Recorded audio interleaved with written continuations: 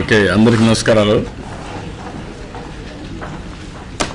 ఈరోజు ప్రధానమంత్రి గారి దగ్గర ఫైనాన్స్ మినిస్టర్, అదే మరిగా ప్రధానమంత్రి యొక్క principal secretary Nripendra Mishra, Niti Aayog CEO and also revenue secretary mister Vattal, expenditure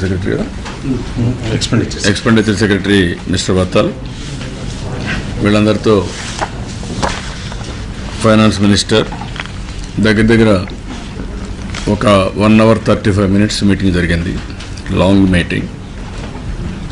ప్రధానమంత్రి గారికి మొట్టమొదటిసారిగా మనకి ఇచ్చినటువంటి హెల్ప్ కూడా వారికి ధన్యవాదాలు తెలియజేశాను. 2300 కోట్లు మనకు డెఫిసిట్ ఫైనాన్స్ ఏదైతే ఉందో దానికి ఇచ్చారు.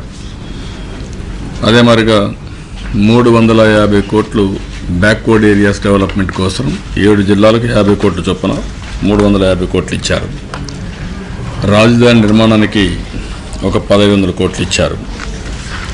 ఫిస్కల్ ఇన్సెంటివ్స్ కింద క్యాపిటల్ అలవెన్స్ వచ్చి 15%, అదే మరిగా యాక్సిలేటెడ్ డిప్రిసియేషన్ అలవెన్స్ 15% ఇచ్చారు. అంతేకాకుండా ఒక 250 కోట్లు పోలవరం ప్రాజెక్టుకి ఇచ్చారు. ఇది కాకుండా IIT, IIM, IIIT, NIT, ISER, NIDM, customs training institution 24 ఇవన్నీ యాక్ట్లో ఉండేదే చెప్తాను. ఇవన్నీ యాక్ట్లో ఉండేదే చెప్తాను. యాక్ట్లో ఉండేటి కూడా చెప్పాలి కదా చేసినప్పుడు. కాబట్టి ముందు మనం ప్రిపరేషన్ ఆఫ్ గ్రౌండ్ కూడా చాలా ఇంపార్టెంట్. మనకి ఇచ్చినటన్నీ కూడా ఒకసారి అక్నాలెడ్జ్ చేసి గవర్నమెంట్ ద్వారా ఈ సంవత్సరంలో వచ్చిన విషయాలు కూడా ప్రధానమంత్రి గారికి ధన్యవాదాలు తెలియజేశాం. అదే మాదిరిగా అక్కడి నుంచి నేను చాలా స్పష్టంగా విభజన జరిగిన విధానం, విభజన వల్ల ప్రజల యొక్క సెంటిమెంట్స్ ఏ విధంగా దెబ్బతిన్నాయి, అదే మరిగా ప్రజలు ఏ విధంగా ఈరోజు ఇబ్బందుల్లో ఉన్నారు, ఇవన్నీ కూడా చాలా డీటెయిల్గా ఎక్స్ప్లెయిన్ చేశాను.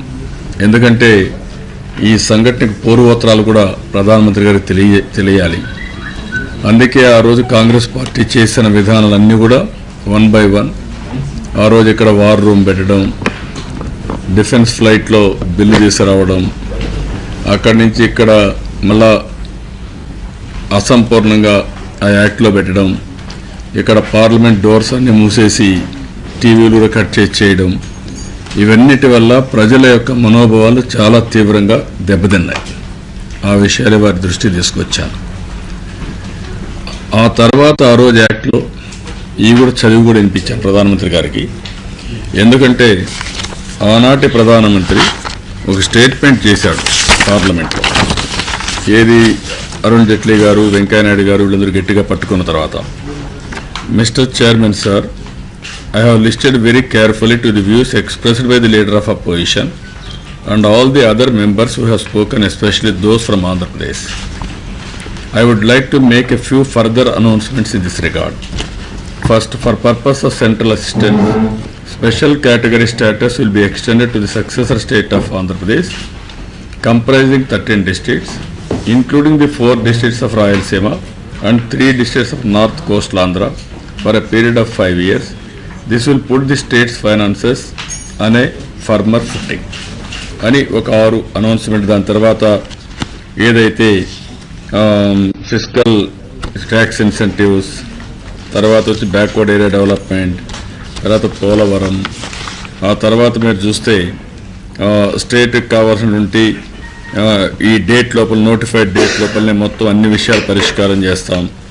14th ఫైనాన్స్ కమిషన్ వచ్చే లోపల ఏది డెఫిసిట్ ఫైనాన్స్ ఇస్తామని చాలా స్పష్టంగా చెప్పారు.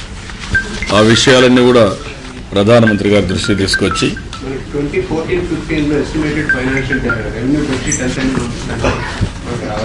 ఆ రోజు 14-15 మనకు రావాల్సిన రెవెన్యూ డెఫిసిట్ అది పెట్టింది 15,000. ఎంత రమేష్? 15,000 కాదు వాళ్ళు పెట్టింది 15,358 కోట్లు పెట్టారు. అయితే ఇప్పటికి ఇచ్చింది 2,300 కోట్లు ఇచ్చారు. అకౌంట్ జనరల్ ఆఫ్ ఆంధ్రప్రదేశ్ ఇచ్చింది 2010 ప్రిలిమినరీ రిపోర్ట్, ఇది 14,409 కోట్లు. ఇప్పుడు ఫైనల్ రిపోర్ట్ వస్తే it may go further another 2,000 crores పెరిగే అవకాశం ఉంది. ఏజీ ఇచ్చింది. ఆ రోజు గవర్నమెంట్ సెపరేట్, రాష్ట్రం సెపరేట్ కాకమునుపు ఆనాటి ప్రెసిడెంట్ రూల్లో ఉన్నప్పుడు గవర్నర్స్ వాళ్ళంతా ప్రొజెక్ట్ చేసి ఎస్టిమేట్ చేసింది. ఆ ఎస్టిమేటెడ్ ఫిగర్ ప్రకారమే ఆ రోజు పార్లమెంట్లో కానీ బిల్లో కానీ చెప్పిన విషయం. 12,109 కోట్లు రావాలి. 12,109 కోట్లు రావాలి దాంట్లో. అదే మరి ఇంకొక పక్కన 46(3) ఇవి కూడా మీరు చూస్తే special development package for Rayalaseema and north coastal Andhra డిస్ట్రిక్ట్స్కి చాలా స్పష్టంగా ఆ రోజు ఆనరబుల్ ప్రైమ్ మినిస్టర్ హౌస్లో అయితే special development package on the lines of KBK, Koraput, బోలన్గిర్, కలహంది special package and the బుండేర్కల్ special package, that is UP and Madhya Pradesh. ఈ 2 బుందేల్ఖండ్ ఇవి ఇస్తామని చెప్పి చాలా స్పష్టంగా చెప్పారు. దానికి క్యాలిక్యులేట్ చేస్తే 1.2%, 1.2 crore పాపులేషన్ ఉండే బుందేల్ఖండ్ సుమారు 7,260 కోట్లు ఇచ్చారు. సిమిలర్ ఉంది మంది 2,203 కోట్ల జనాభా ఉంది. అది 1.2 మంది 2.38 కోట్ల జనాభా, క్రోర్స్ జనాభా. అంటే దీనికంటే ఆల్మోస్ట్ ఆల్ 1.5-2 times ఎక్కువ ఉంది, 2 times పైన ఎక్కువ ఉంది. మనకు కూడా ఇప్పుడు నేను చెప్పింది అక్కడ వాళ్ళ పాపులేషన్ బుందేల్ఖండ్ పాపులేషన్ చూస్తే 1.2 crores, వాళ్ళకి ఇచ్చింది 7,266 కోట్లు. మన పాపులేషన్ చూస్తే 2.38 కోట్లు, మోర్ దెన్ డబల్. ఆ లెక్క ప్రకారం వేసుకుంటే మనకు ఆ రేషియోలో బ్యాక్వర్డ్ ఏరియా కూడా మోర్ ఆర్ లెస్ సేమ్ ఉంటుంది. కొంచెం అటు ఇటు ఉన్న more or less same. That is what we are requesting. Backward area అని చెప్పారు. ఆ 7 జిల్లా పాపులేషనే. మూడోది ఫైనాన్షియల్ అసిస్టెన్స్ న్యూ క్యాపిటల్. అందులో కూడా వాళ్ళు చెప్పింది Raj Bhavan, high court, government secretariat, legislative assembly, legislative council and such other infrastructure అని చెప్పారు. ఇప్పుడు 500 కోట్లు ఇచ్చారు. కానీ ఆ రోజు మాటలు చెప్పింది మాత్రం కాంగ్రెస్ పార్టీ చాలా పెద్ద ఎత్తున చెప్పారు. హైదరాబాద్తో సమానంగా ఇంకొక రాజధాని కడతాం. హైదరాబాద్కి నేను చెప్పింది 5 లక్షల కోట్లు అవుతుందంటే 5 లక్షల కోట్ల కంటే ఇంకా ఎక్కువ ఇస్తాం, 20 ఏళ్ళు పడుతుందంటే ఇంకా బాగా డెవలప్ చేస్తామని మాటలు చెప్పారు. ఫైనల్గా వాళ్ళు పెట్టింది మాత్రం ఇది బిల్లులో పెట్టారు. ఆ విషయం చెప్తేనే దీన్ని ఒక మంచి రాజధాని కట్టాలంటే మీ సహాయం అవసరం. దయచేసి సహకరించమని ప్రధానమంత్రిని కోరాను. అదే మరి ప్రధానమంత్రి గారిని స్పెషల్ ట్యాక్స్ ఇన్సెంటివ్స్ కూడా ఇమ్మన్నాను. హిమాచల్ ప్రదేశ్కి ఎట్లయితే ఇచ్చారో సిఆర్డి ఏరియాకు నూతన రాజధానికి ఇస్తే డెవలప్ అవుతుందని చెప్పి కూడా వారికి కూడా నేను చెప్పాను. పెట్టలేదు, ఏం పెట్టలేదు, కడతామని. అది కూడా తిరుపతిలో వచ్చినప్పుడు ఇంకా బ్యూటిఫుల్ రాజధాని కడతామని నన్ను ప్రపంచం అన్ని రాజధానులు చూసి రమ్మని చూసి ఉంది, వీళ్ళు కూడా ఉంది, కమిట్మెంట్ ఉంది. తిరుపతి మీటింగ్లో చెప్పారు. అందుకే ఇప్పుడు ఇచ్చినట్టు మనం చెప్పాం, రావాటికన్నీ కూడా చెప్తున్నా. నేను రిప్రజెంటేషన్ చేసి చెప్తున్నా ప్రధానమంత్రి గారికి. అదే మరి ఇంకొక పక్కన చూస్తే fiscal measures and incentives for industrial incentives. ఇక్కడ మీరు గుర్తుపెట్టుకోవాల్సింది special status is different, industrial incentives are different. ఈ రెండు కంపేర్ చేయడం కరెక్ట్ కాదు. అందుకని నేను పదే అడిగేది ఆంధ్రప్రదేశ్ డెవలప్ కావాలి. ఆంధ్రప్రదేశ్ డెవలప్ కావాలంటే ఇండస్ట్రీస్ రావాలి. ఇండస్ట్రీస్ లేవు. పిల్లలందరూ కూడా చాలామంది ఉద్యోగాలు లేకుండా బాధపడుతున్నారు, ఇండస్ట్రీస్ రాదని బాధపడుతున్నారు. సెకండ్ యాంగిల్ కూడా మీరు చూస్తే కాలేజీలు కూడా లేవు ఇక్కడ. సరే కాలేజీలు ఒక విధంగా వస్తున్నాయి, దీనికి ఆ రోజు పెట్టింది మీరు చూస్తే central government shall take appropriate fiscal measures including tax incentives to promote industrialization and economic growth.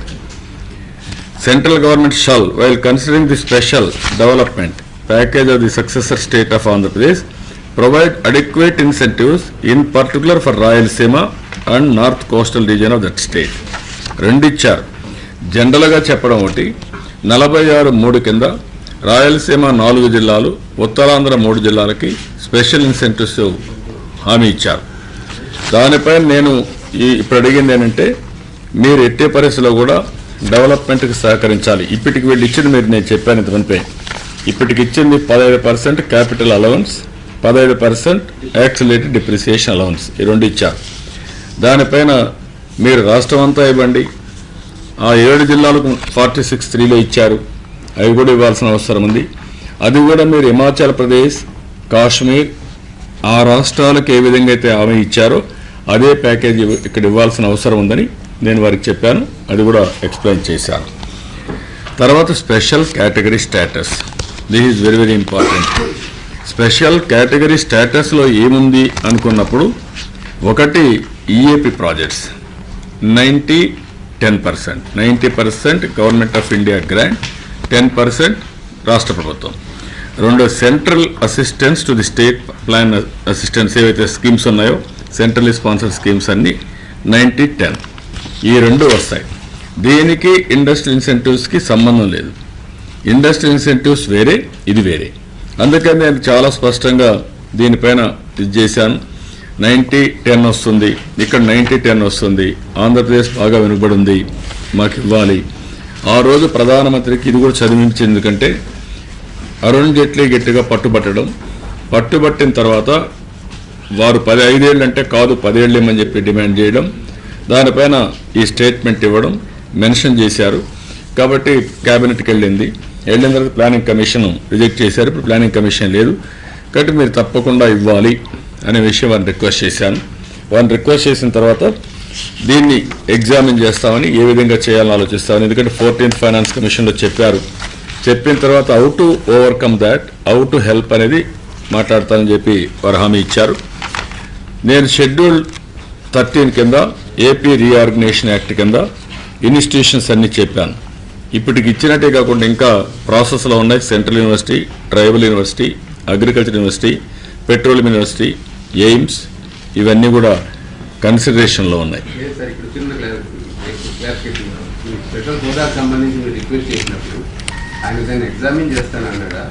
లేకపోతే how to overcome the problems and how to help you in an alternative వే.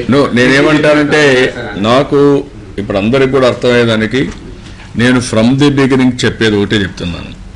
మంది ఒక నూతనమైన రాష్ట్రం, బైఫర్కేషన్ యాక్ట్లో కొన్ని ప్రొవిజన్స్ పెట్టారు, ప్రామిస్లు కొన్ని హౌస్లో ఇచ్చారు. ఆ తర్వాత మేము కూడా ప్రజల్లోకి వెళ్ళిన తర్వాత ఇంకా బెటర్గా చేస్తామని ఇప్పుడుండే ప్రధానమంత్రి గారు కానీ మేము కానీ చెప్పిన తర్వాత ప్రజలు నమ్మి మాకు మ్యాండేట్ ఇచ్చారు. నేను ఆ రోజు ముందు కానీ తర్వాత కానీ మీరు ఒకటి గుర్తుపెట్టుకోవాల్సిన అడిగింది ఒకటే అడుగుతున్నా, వీటితోనే ఆంధ్రప్రదేశ్ అభివృద్ధి అయిపోతుందని కాదు. కానీ తమిళనాడు, కర్ణాటక, తెలంగాణ ఈ 3 రాష్ట్రాలు నైబరింగ్ స్టేట్స్ ఫర్ ఆంధ్రప్రదేశ్.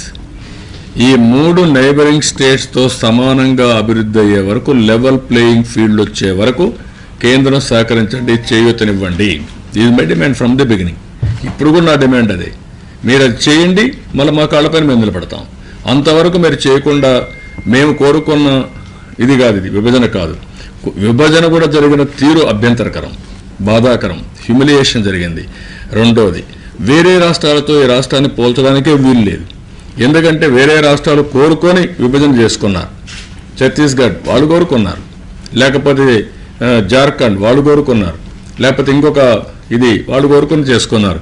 కానీ ఇక్కడ రాజధాని 60 సంవత్సరాలు డెవలప్ చేశామని ఫీలింగ్ ఉండేటప్పుడు, ఉన్న పళంగా వెళ్ళిపోమన్నప్పుడు 60% 58% జనాభాకి న్యాయం చేయాల్సిన బాధ్యత కేంద్రం పైన ఉంది. ఆ విషయమే ఫస్ట్ నుంచి నేను అడుగుతాను. ఈరోజు అడిగింది కాదు, నేను ఆ స్టాండ్ పైన ఉన్నాను, ఇప్పటికీ ఆ స్టాండ్ పైన ఉన్నాను. దానికి కావలసిన విధంగా వనరులు ఇవ్వండి, కావలసిన విధంగా డెవలప్ చేయండి. మేము కూడా నేషనల్ డెవలప్మెంట్ కంట్రిబ్యూట్ చేస్తాం. It is matter of time. అదే విషయం ఇప్పుడు కూడా అడిగాను. అదే మరిగా ఒకవేళ నేనేమంటానంటే వారు నష్టం లేకుండా ఏం చేసి వర్కౌట్ చేయనండి. నీతి ఆయోగ్ గారు వాళ్ళందరూ వర్కౌట్. నాకు కావాల్సింది ఏంటంటే ఇప్పుడు మనకు ట్రాన్స్పరెంట్, మనకు కూడా ఒక ఐడియా ఉండాలి, ట్రాన్స్పరెంట్గా కూడా ఉండాలి. స్పెషల్ స్టేటస్ వస్తే ఏమొస్తాయి? 2 benefits, 90-10 central sponsor schemes and also EAP. ఈ స్పెషల్ సెంట్రల్ అసిస్టెన్స్ అనేది తీసేశారు కానీ స్పెషల్ సెంట్రల్ అసిస్టెన్స్ లో total year market funds 30% has to go to special category states. That is what I'm saying. అందులో మళ్ళీ అన్ని స్టేట్స్ పోతాయి, అన్ని స్టేట్స్ లో 90-10 వస్తుంది. ఇప్పుడు అది 32 నుంచి 42% స్టేట్స్కి ఇచ్చారు, 62 నుంచి 52 తగ్గిపోయింది. అదే that is what I'm asking. ఇవన్నీ వచ్చినప్పుడు అదే మరి ఈఏపీ ప్రాజెక్టులు ఉన్నాయి. ఈఏపీ ప్రాజెక్టులు కేంద్ర ప్రభుత్వం ఎప్పటికప్పుడు మళ్ళీ డబ్బులు రిలీజ్ చేయాలా 90-10 అన్నప్పుడు. దానికి ఎంత వస్తుందో కూడా కావాలి. ఇవి లేకుండా 90-10 ఇచ్చాం, మీకు సెంట్రల్ స్పాన్సర్ స్కీమ్స్ ఇచ్చాం, మీరు ఎక్కువ అంటే ఎక్కడవుతుంది? కాదు కదా. That is where I'm asking from the beginning. ఏం చేస్తారో మీరు స్పష్టంగా చెప్పండి, నేను ప్లాన్ చేసుకుంటాను.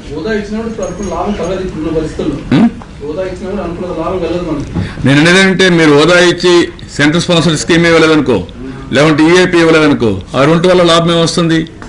మనం ఏదో దీన్ని ఒక పెద్ద గట్టిగా పట్టుకుని ఇది కావాలని చెప్పి పోరాడిపోయి ఓకే మీకు ఇచ్చాం పోండి, ఏమి చేసుకోమంటే అప్పుడు నేనేం చేసుకుంటాను పోయి.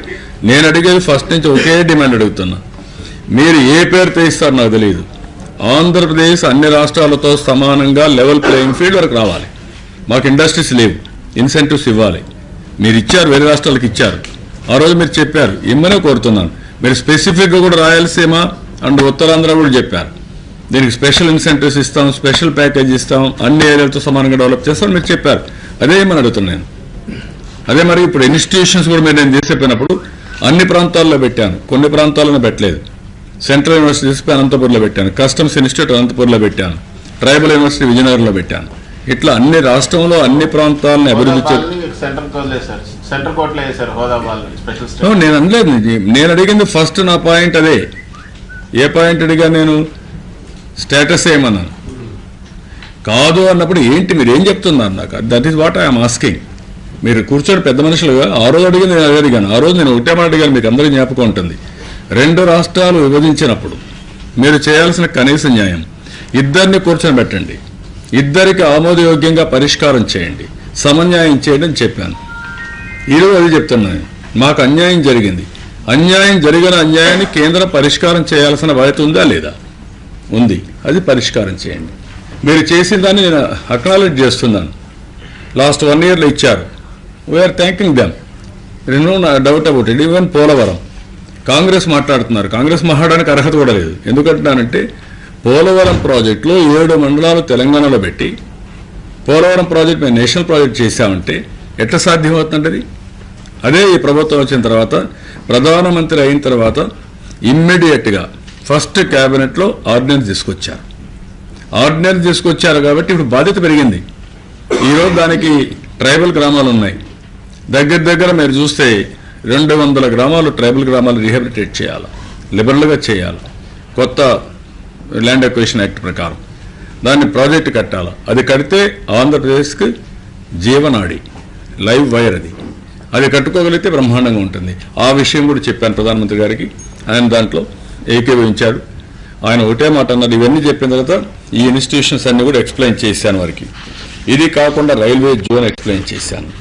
అదే మరి ఎయిర్పోర్ట్స్ పెట్టినట్టు విశాఖపట్నం, విజయవాడ, తిరుపతి ఇంటర్నేషనల్ ఎయిర్పోర్ట్స్ కానీ, దుగ్గిరాజపట్నం పోర్ట్ డెవలప్మెంట్ కానీ, ఇంకో పక్కన IOC HPCL oil refinery cracker unit విషయం కానీ, కడపలో integrated steel plant, Visakhapatnam Chennai industrial corridor, ఈ విషయాలన్నీ చెప్పాం. ఇవి కాకుండా మెట్రో రైల్ విశాఖపట్నం విజయవాడ, ఇంకో పక్కన road connectivity between capital city and also other areas, ముఖ్యంగా రాయలసీమ నుంచి నెట్వర్క్ రావాలి, రోడ్ నెట్వర్క్ కూడా రావాలి. అవన్నీ యాక్ట్లో పెట్టారు. ఇవి కాకుండా ఈరోజు మీరు చూస్తే షెడ్యూల్ 10 ఇన్స్టిట్యూషన్స్ కూడా పెట్టారు. షెడ్యూల్ 10 ఇన్స్టిట్యూషన్స్ ఏమైనాయి? ఆ రోజు సెటిల్ చేస్తూ ఉన్నారు కాంగ్రెస్ పార్టీ. మీరు ఆ యాక్ట్లో చూస్తే ఫ్లోర్ ఆఫ్ ది హౌస్లో ఆయన ఇచ్చిన హామీ, ప్రధానమంత్రి గారు ఇచ్చిన హామీ చూసినప్పుడు చాలా స్పష్టంగా ఇది the appointed day for the formation of the new state will be so fixed in relation to the notified date so as to enable preparatory work relating to personnel, finance and distribution of assets and liabilities to be completed satisfactorily. ఏమైంది? 1250 మంది electricity employees road మీద ఉన్నారు. ఎవరు పాపం ఇది? Is what I'm asking. ఆ రోజు వాళ్ళు చేయలేదు, ఈరోజు కేంద్రమైనా సార్ట్అవుట్ చేయాలి, లేకుంటే మీరు పరిష్కార మార్గం చూపించమని నేను రిక్వెస్ట్ చేస్తున్నాను.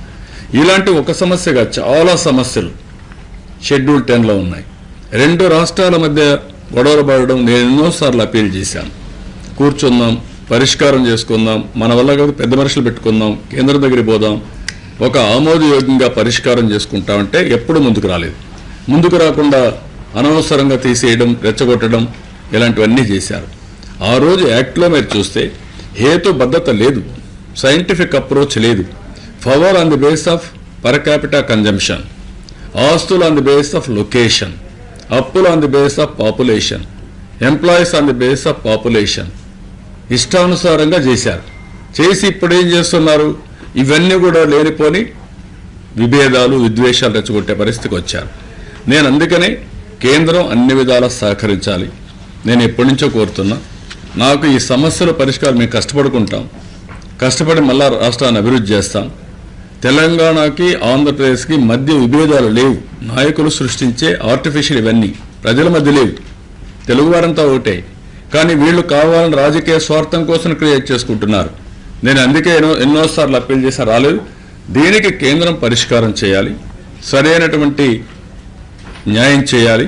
ఆ న్యాయం చేయడం కోసం ప్రధానమంత్రి గారితో 1 గంట 35 నిమిషాలు చాలా పేషెంట్గా ఫస్ట్ టైం వారు, ఎందుకంటే ఇంతవరకు నేను చెప్పినప్పుడు కూడా మొన్న నేను ఫోన్ చేస్తాను, అడిగాను, లేదండి ఇక్కడ సెంటిమెంట్స్ చాలా డిఫరెంట్గా ఉన్నాయి, చాలా ఇబ్బందులు ఉన్నాయి, కరెక్ట్ కాదంటే ఆయనే చెప్పి నేను మీకు టైం ఇస్తాను, నేను ఇన్వైట్ చేస్తాను అని చెప్పారు.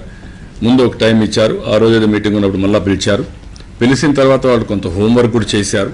మా ఆఫీసులు పంపించామంటే వాళ్ళు కూడా పంపించాం. అందరూ కూర్చొని చాలా వరకు హోంవర్క్ చేశారు. అదే మరి హోంవర్క్ చేసిన తర్వాత ఈరోజు చాలా పేషెంట్గా ఆయనకు అవగాహన చేసుకొని నేను చెప్పినంత విన్నాడు. విన్న తర్వాత నేను ఇవన్నీ కూడా విడమరి చెప్పాను. ఇంట్లో ఏ దాపరికం లేదు, it is a white paper. ఎందుకంటే అసలు పార్లమెంట్లో చెప్పింది డాక్యుమెంట్ అందరి దగ్గర ఉంది, ఎలక్షన్లో ప్రామిస్ చేసిన డాక్యుమెంట్స్ అందరి దగ్గర ఉన్నాయి, కాంగ్రెస్ చేసిన తప్పుడు విధానాలు అందరి దగ్గర ఉన్నాయి. రెండోది ఇప్పుడు ఇచ్చిన సహాయం అందరికీ చేత దగ్గర ఉంది, కానీ దాపరికం ఉంది. అన్ని విషయాలు నేను ఎక్స్ప్లెయిన్ చేశాను. అదే మరి కొంతమంది కావాలని కన్ఫ్యూజ్ చేసి స్పెషల్ స్టేటస్ ఇస్తే ఇది ఒక సంజీవని కింద అన్నీ అయిపోతాయని. ఏమొస్తాయండి? 2 వస్తాయి. ఆ 2లో ఏంటి? 1 EAP, 2 central sponsor schemes. Central sponsor schemes తగ్గించేశారు, 62 నుంచి 52% వచ్చింది. ఈఏపీ వచ్చే కొద్దిగా ఎంత వచ్చింది? ఎన్ని ప్రాజెక్ట్స్ ఇస్తే గవర్నమెంట్ ఆఫ్ ఇండియా, అది మళ్ళీ వాళ్ళు క్యాబినెట్లో తీసి వాళ్ళు పాస్ చేయాలి, ఎన్ని సేవ్ వస్తాయి. కాబట్టి దట్ ఈజ్ నాట్, అది ఒక డెఫినెట్గా అది కూడా కన్సిడర్ చేయాలి. అదే సమయంలో లెవెల్ ప్లేయింగ్ ఫీల్డ్ వచ్చే వరకు నాకు రాజధాని బిల్డింగ్లు కడతా ఉంటున్నారు. బిల్డింగ్లు కడితే ఇదేం అడ్మినిస్ట్రేటివ్ బ్లాక్ అండి? అడ్మినిస్ట్రేటివ్ బ్లాక్తో ఏమవుతుంది? హైదరాబాద్లో అడ్మినిస్ట్రేటివ్ బ్లాకా? హైదరాబాద్ సెక్రటరియట్లో ఏముంది? ఒక మూల ఉంది, కాహనతుంది, ఏముంది అంటే భయ్? అది కాదు కావాల్సింది. సైబరాబాద్ సిటీ వచ్చింది, ఎకనామిక్ యాక్టివిటీ వచ్చింది, ఆడ నుంచి ఆదాయం పెరిగింది, ఆడ నుంచి డైనమిజం వచ్చింది. This is where I'm asking to create this type of environment create చేయాలి, హెల్ప్ చేయాలని రిక్వెస్ట్ చేస్తాను.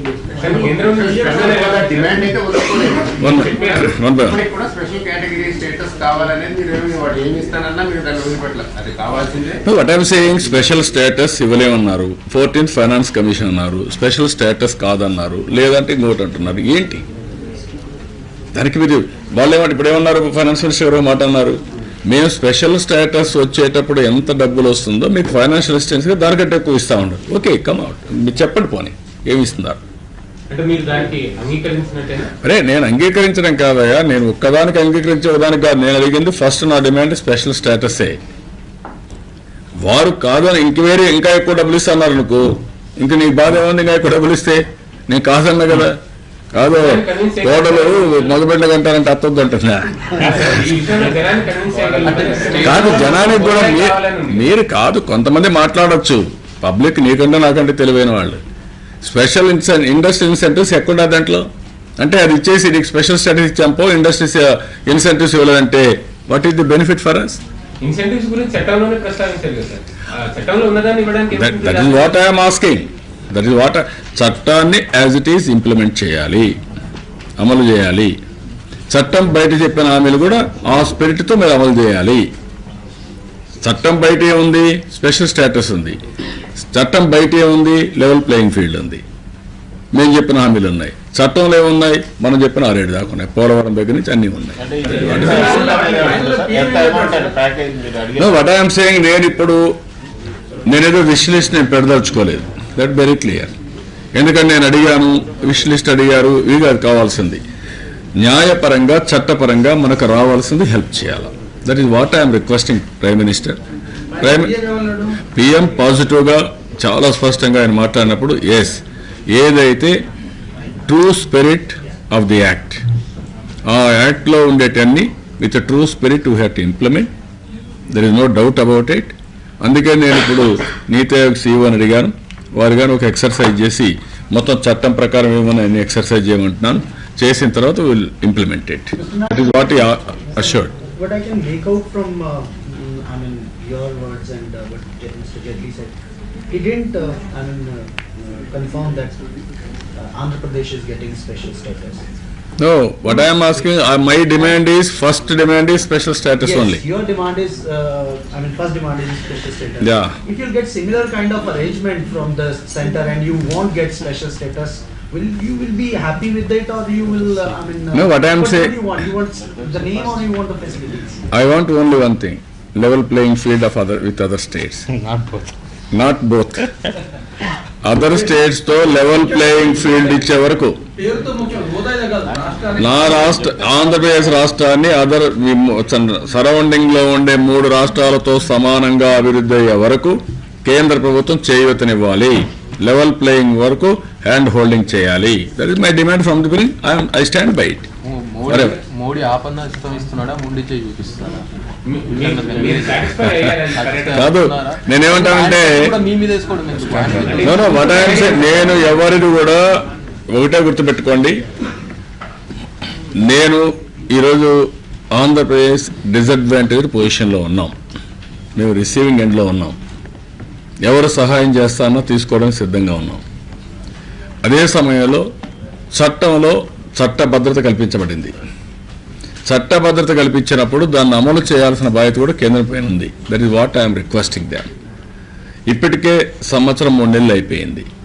అదే మరిగా ఇది ఇచ్చినా కూడా నాకు చాలా సమయం పడుతుంది మళ్ళీ రికూప్ కావడానికి. అది కూడా మనం గుర్తుపెట్టుకోవాలి. ఇప్పుడు నేను విజయవాడకి వెళితే సీఎంగా పనిచేయడానికి అక్కడ ఆఫీసు లేదు. ఇప్పుడు కూడా బస్సులో నిన్న ఫస్ట్ టైం రూమ్లో పోయాను. బస్సులో పడుకోవాల్సి వస్తూ ఉంది. అక్కడి నుంచి అక్కడ ఇంకా ఇన్ఫ్రాస్ట్రక్చర్ లేదు మంత్రులకి అందరికీ. ఇప్పుడు నాకు డబుల్ ఎక్స్పెండిచర్ అయింది. What is happening? Hyderabad we are working. We want to work from Amaravati. అమరావతిలో అకామిడేషన్ ఇవ్వాలి. హైదరాబాద్ అకామిడేషన్ వెకేట్ చేయమంటే మేము పిల్లల ఎడ్యుకేషన్ ఏం కావాలి, ఇది కూడా ఉంటాం. లేకుంటే మీరు రండి స్పెషల్ ఇన్సెంటివ్స్ ఇవ్వండి మాకు. ఇక్కడ అకామిడేషన్ ప్లస్ స్పెషల్ ఇన్సెంటివ్స్ రావడానికి పోవడానికి. This are all disadvantage problems. అందరూ రాలేరు, ఆఫీస్ రాలేదు. హైదరాబాద్ నుంచి పోయి అమరావతిలో మీటింగ్ పెట్టుకుని మళ్ళీ హైదరాబాద్ రావాలి. This is a very tremendous disadvantage. మీరు అడిగినది లెవెల్ ప్లేయింగ్ ఫీల్డ్ క్రియేట్ చేయడానికి సెంటర్ ఏమి ఇస్తుందో తెలియదు. అందుకే కదా టైం బౌండ్ ఇది లేదు. ఎప్పుడు ఇస్తుందో తెలియదు, ఎంత ఇస్తుందో తెలియదు, ఏమీ తెలియదు. వాట్ ఐఎమ్ సేయింగ్, డెమోక్రసీలో అందరూ కూడా మనందరం కూడా ప్రధానమంత్రి గారు ఎందుకు అంత టైం తీసుకున్నాడు? మాకు బాధ ఉంది, ప్రజల మనోభావాలు మరుగున్న నేను చెప్పిన తర్వాత he has given 1 hour 35 minutes time. He asked his departments to come. They have done some exercise. Even his principal secretary asked me to send my principal secretary finance. They spent lot of time. They have done some homework. So I am hoping for the best. అంతేగాని మన దీన్ని ముందుగానే మనం ఊహించుకొని conclusions రావడం అనేది correct కాదు.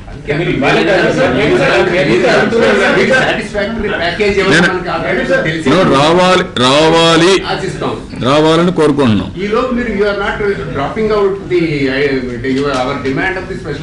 ఇప్పుడు నేను డ్రాప్ చేయలే కదా, అన్ని పెట్టాను కదా. ప్రధానమంత్రి గారు నేను A to Z ఎక్స్ప్లెయిన్ చేశాను, సెంటిమెంట్ ఎక్స్ప్లెయిన్ చేశాను, సమస్యలు ఎక్స్ప్లెయిన్ చేశాను, నా ఇబ్బందులు ఎక్స్ప్లెయిన్ చేశాను. For the last 1 year 3 months హైదరాబాద్లో ఫేస్ చేసిన సమస్యలు ఎక్స్ప్లెయిన్ చేశాను. Hyderabad is a common capital, ఆ విషయం కూడా చెప్పాను. కామన్ క్యాపిటల్ ఏం జరిగిందండి?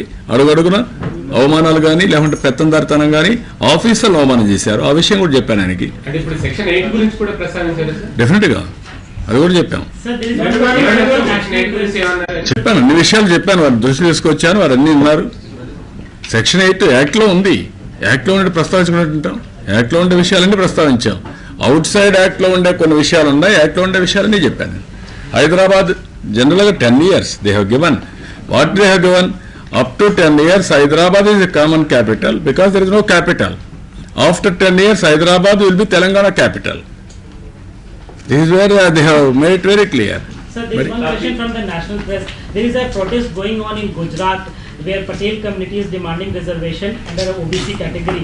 Their leader Hardik Patel has said that Nitish Kumar and you are also broadly part of their community and you are part of that movement. So are you I have to find out.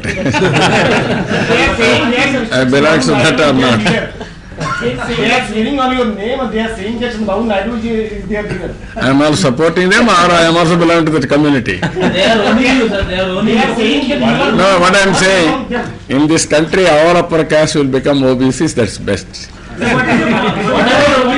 what is your opinion on their demand? No, without knowing information I don't want to comment. On reservation, on the policy of reservation, do you support reservation? No, reservations on the basis of economic status, yes. And also for reservations, not only economic criteria, there is a backwardness, socially, and some communities are very backward. We have to consider them, how to bring them out to uplift. So they are demanding reservation within OBC quota. They are demanding reservation within OBC quota. Within the OBC code, there are sub reservations, ABCD categorization, even OBCs. Patel has to be included in OBCs, but what else? This is a new demand. No, how can I support without knowing?